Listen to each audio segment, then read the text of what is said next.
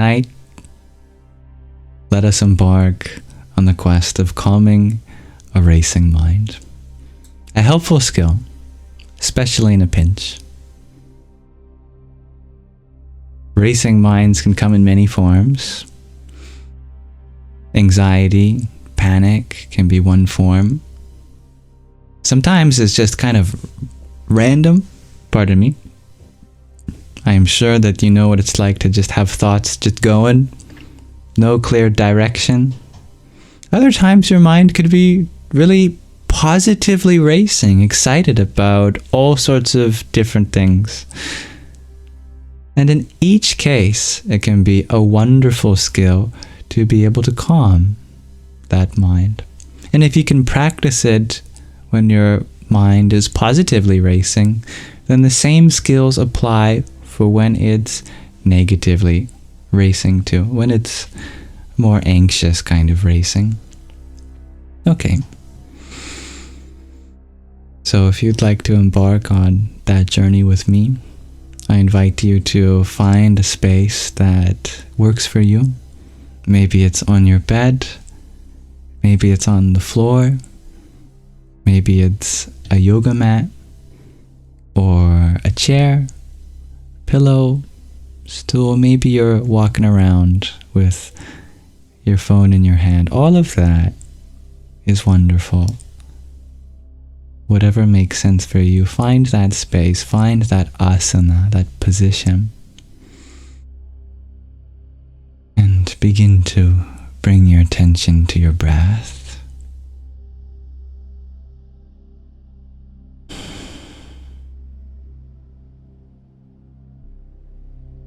Many people know that our breath has a lot to do with our heart rate. Slow breathing is correlated with a resting heartbeat.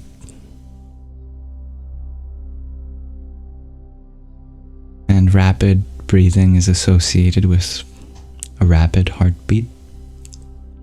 Rapid heartbeat is great when you are running from a saber-toothed tiger. If you look around you, maybe you can look left to right. Check if there's a saber-toothed tiger in your vicinity.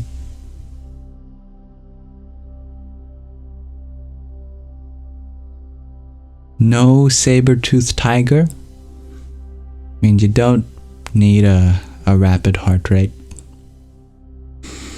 or saber-toothed tiger equivalent.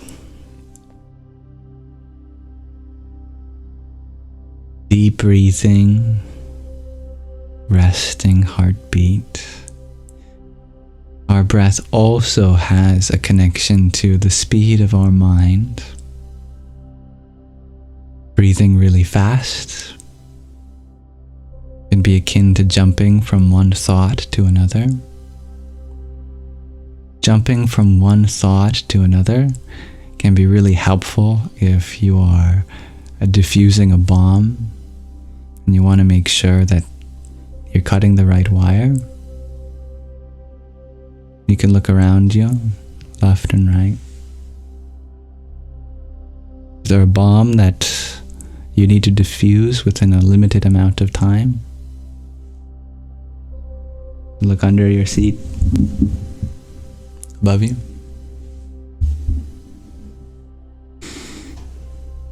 No bomb to diffuse? Probably no need to have such a fast mind then. No rush or bomb equivalent. No saber-toothed tigers. No time bombs. This moment, you are allowed to trigger the rest and digest response, complement to fight or flight. There are two sides of our nervous system. There's the sympathetic nervous system associated with our involuntary actions that we need in survival situations.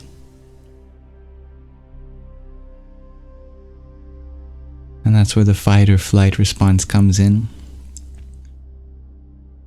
Our parasympathetic nervous system, on the other hand, is associated with our voluntary actions.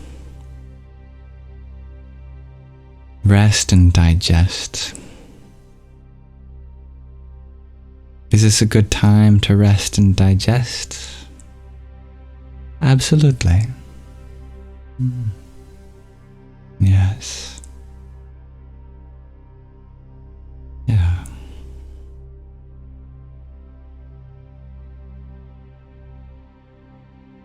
Lots of thoughts.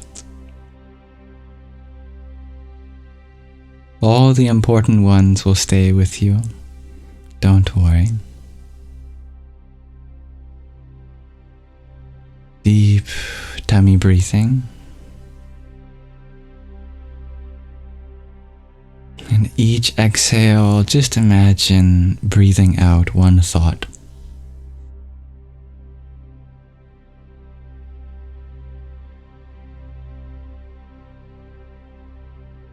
Inhaling spaciousness. Exhaling thoughts.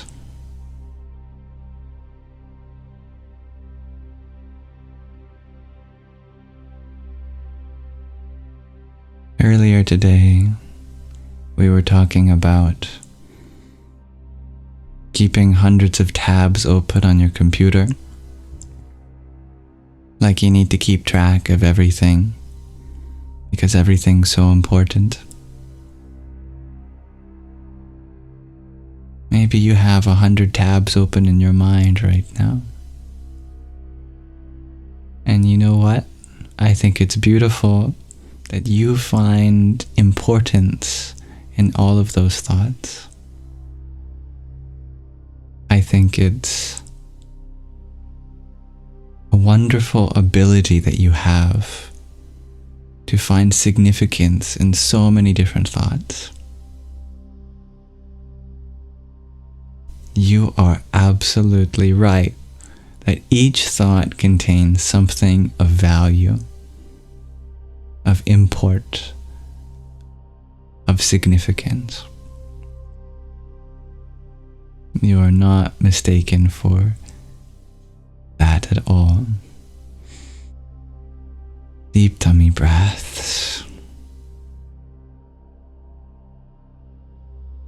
What you may be a goofball about is that in order to find what is of value or importance or significance, is that you need all the thoughts.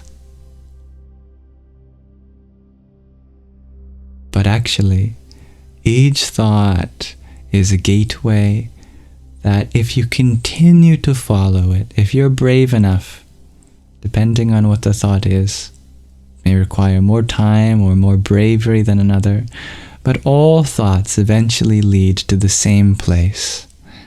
And that is this place of stillness that we invite in this meditation.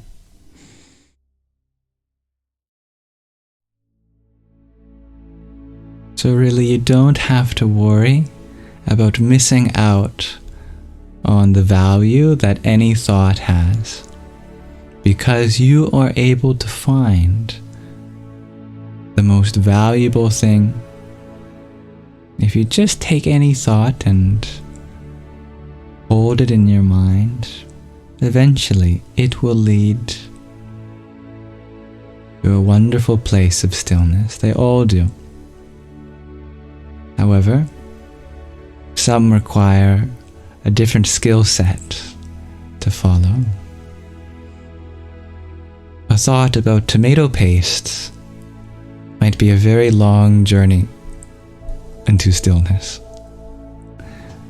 A thought about whether or not you are lovable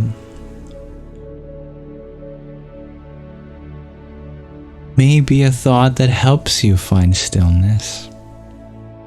But if that thought or any other thought only seems to add to the number of thoughts, branches out, then instead of going from so many things to a one-pointed stillness, which is what we're after, that thought is not the thought that you're meant to follow to stillness at this moment. Find the thought that allows you to take the next step inward into the great expanse of stillness that you are.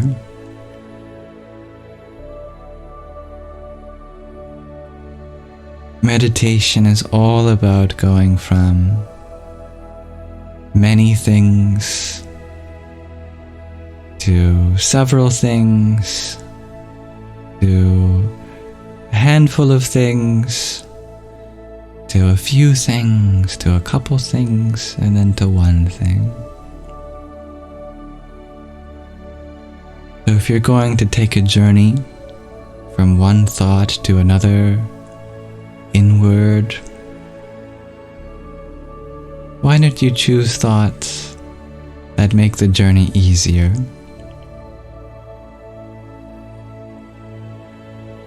Deep breathing, lots of love. Yes, there are so many things to keep track of, but it's not up to you to keep track of everything. So many things unfold naturally. In fact, if you forget to breathe, your body will remind you. You don't have to worry about contracting each ventricle in the heart.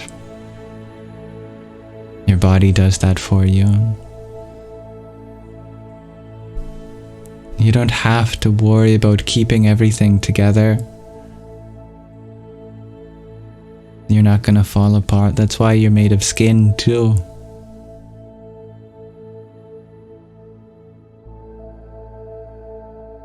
You are held together naturally. You don't have to figure out how to read the DNA in each cell and create the necessary response in your body. Your body has a natural intelligence that does that for you. So much of life figures itself out if you just give it some breathing room. And that's what we're doing. We're giving ourselves the room to breathe.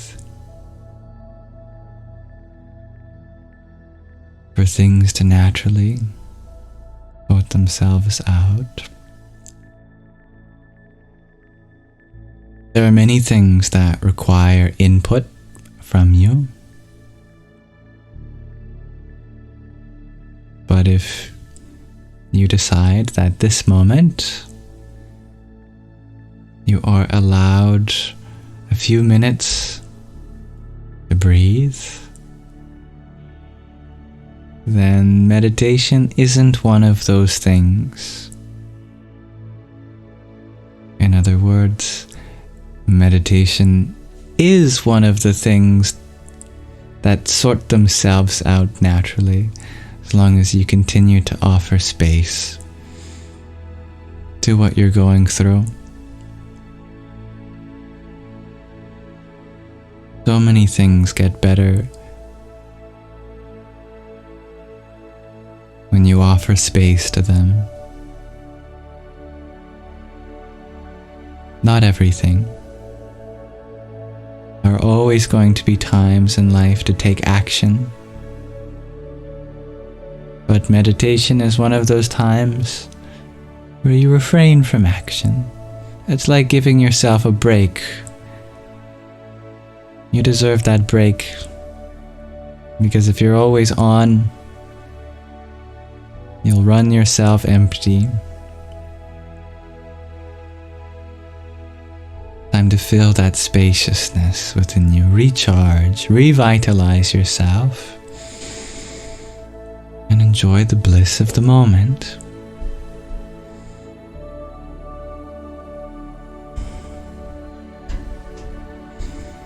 Fall into that space, fill it with your breath, love it. Leave your mind to sort itself out. Mind is not you. It's only one part of you. And there are many, many parts of you. Bring your awareness to all those other parts of you, especially the silent parts, the quiet parts, the parts that are so often talked over by the blabbering or the yapping of the mind.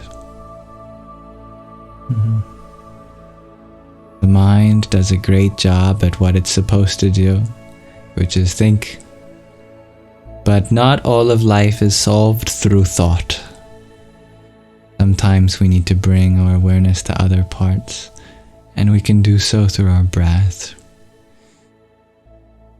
Deep, conscious tummy breaths.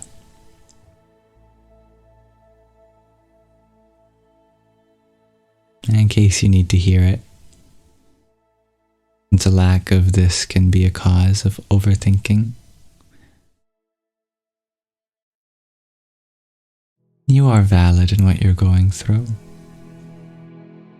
And no matter how unique your experience might be to you, you're not alone when it comes to everything. When it comes to the emotions that you feel, even if we don't know what it's like to be you exactly, we all know what it's like to experience loss more generally, sadness, frustration, anger. We all can relate with that. Even if the things that we have lost or we're frustrated over, etc., are different, the feeling is the same.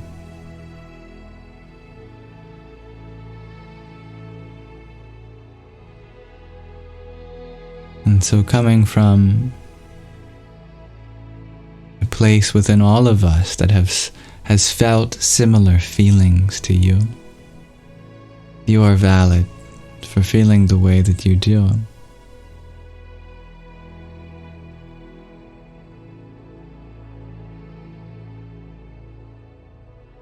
As a fellow human being, I know, just innately, that you try your best to improve on the things that you can.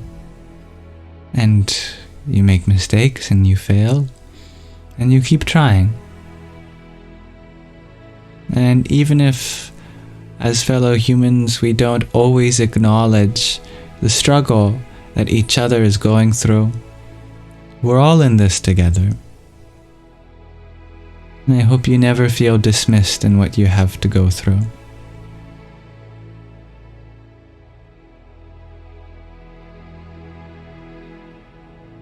But don't just hear it from me.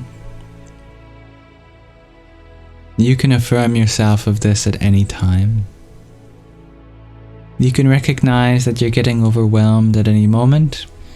Your mind is beginning to wander, and reel it back in with some nice truths that you know are true deep down. You don't have to put blind faith into things like you are capable of change. You know it's true. Any doubt about that? It's just the echo of a voice that you've heard from somewhere else. But deep down, your inner voice, always calling, I am capable of change. It doesn't matter how long it takes. I will learn. I will grow. I will heal. In fact, I am changing, I am growing, I am loving, I am healing, even in this moment.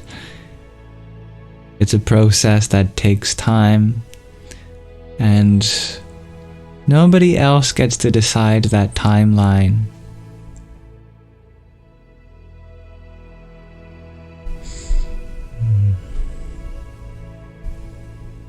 Is there a law of physics somewhere that says you're not allowed to be heartbroken for more than a few years?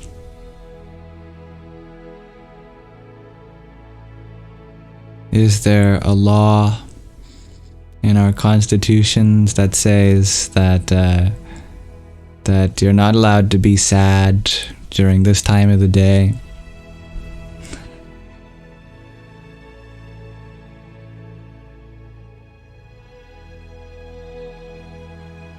Is there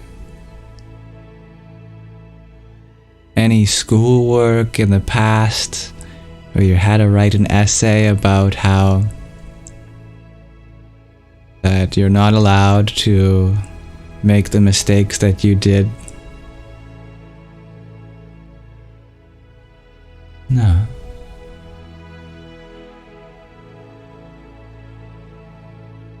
It's all in our minds. I was about to say heads, and therefore minds, meds, at the same time. Mix the words together. All in our meds.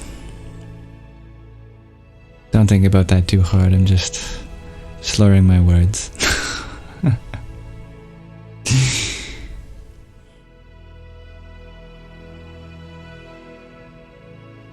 Timeline for you to go through the feelings that you've gone through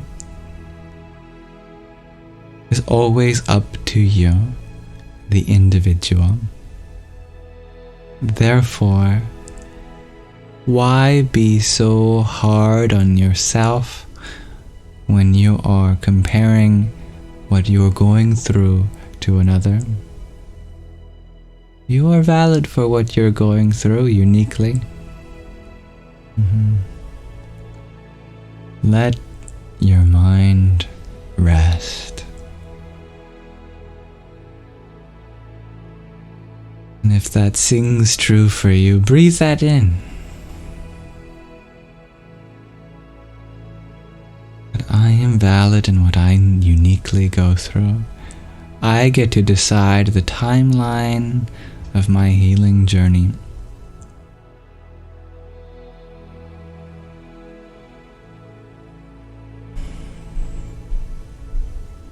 Your mind is so sweet that it's just trying to cover all bases for you. Wants to make sure that no stone is left unturned. How sweet is the mind? The mind doesn't realize just how much its dynamic nature affects you, because you are so sweet in that you give so much of yourself to the mind, and when the mind's just trying to help, covering all bases, it gets into a fuss, and you feel that too. So this is for you to know that your mind is doing the best that it can, and for your mind to know that it doesn't have to overexert itself for the self that pervades it. We have so many different parts within us. Each part has its own voice in the mind. Sometimes these parts talk over each other. Sometimes they contradict each other. And that's life. Even in a healthy community, there are going to be disagreements between how one thing could be conducted or how another thing should look, etc. Disagreement is not necessarily the mark of an unhealthy community. The ability for each member of a community to express themselves freely is very healthy. So, at some level, it's a very wonderful thing that so many different parts of you get to find expression, and they're allowed to exist, coexist, even seemingly in contradiction, because one part of you says like this, another part of you says it's like that. Does this mean that you are in contradiction? Not necessarily. You are completely whole and complete, even when there's different parts of you that appear to disagree. Allowing yourself space, create some distance between you and all that, and between the different parts that may be talking over each other, and gives them some time to sort themselves out. It's like you have a little team of ambassadors inside, and they all sing their own song. They all believe in one principle each, and each part of you is always going to argue for that principle. And sometimes there's a debate over which principle to uphold at one time. Should I be more introverted? Should I be more extroverted? Should I be more carefree or careful? Should I be more determined or relaxed? You are a space. And in that space there are many voices, and all of those voices have their own truth. And you get to decide which truth gets expressed at any time. That's always up to you. And I believe there's always a way for finding a middle ground, a common ground between truths, that you can let all of these voices harmonize. There's a way of being extroverted in just the right ways and introverted in other ways. There's ways of being determined and relaxed. There's ways of being carefree and careful. If you can let those parts within you communicate to each other, rather than competing over who is to be heard, this system will sort itself out. I promise. This is the nature of meditation. Keep breathing in and out.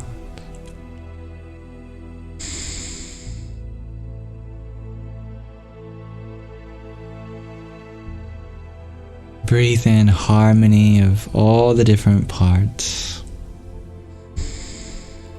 coexisting in their own way. And breathe out all of the resentment between the parts within you. Clear up that space. Give yourself breathing room.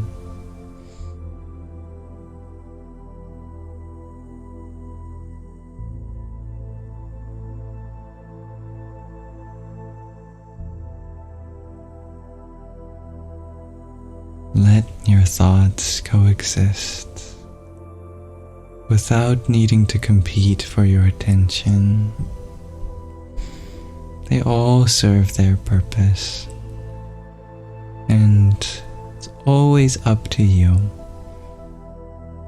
whether you want to bring one thought to the table at a time or another.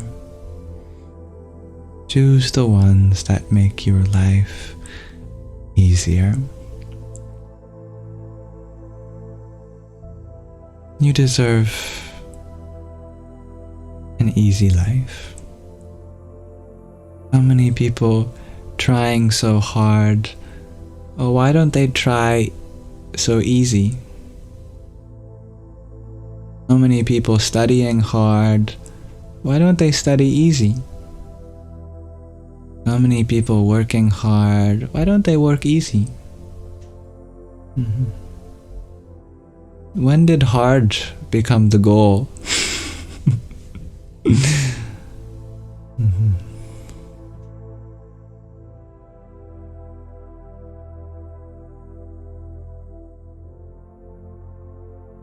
Don't try so hard.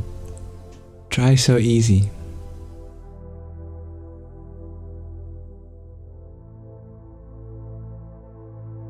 Alright, and we'll take 3 final conscious breaths, fully imbibing all of the sentiments we've shared thus far, and exhaling anything preventing us from doing so.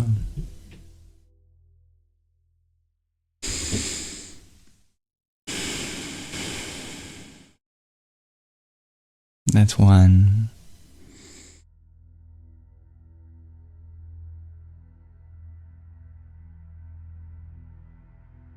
That's 2.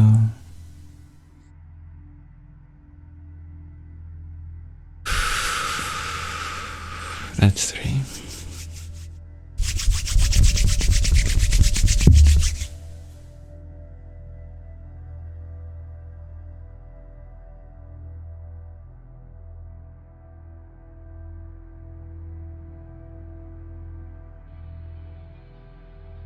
And that'll be the end of our meditation. So thank you for meditating together. Namaste.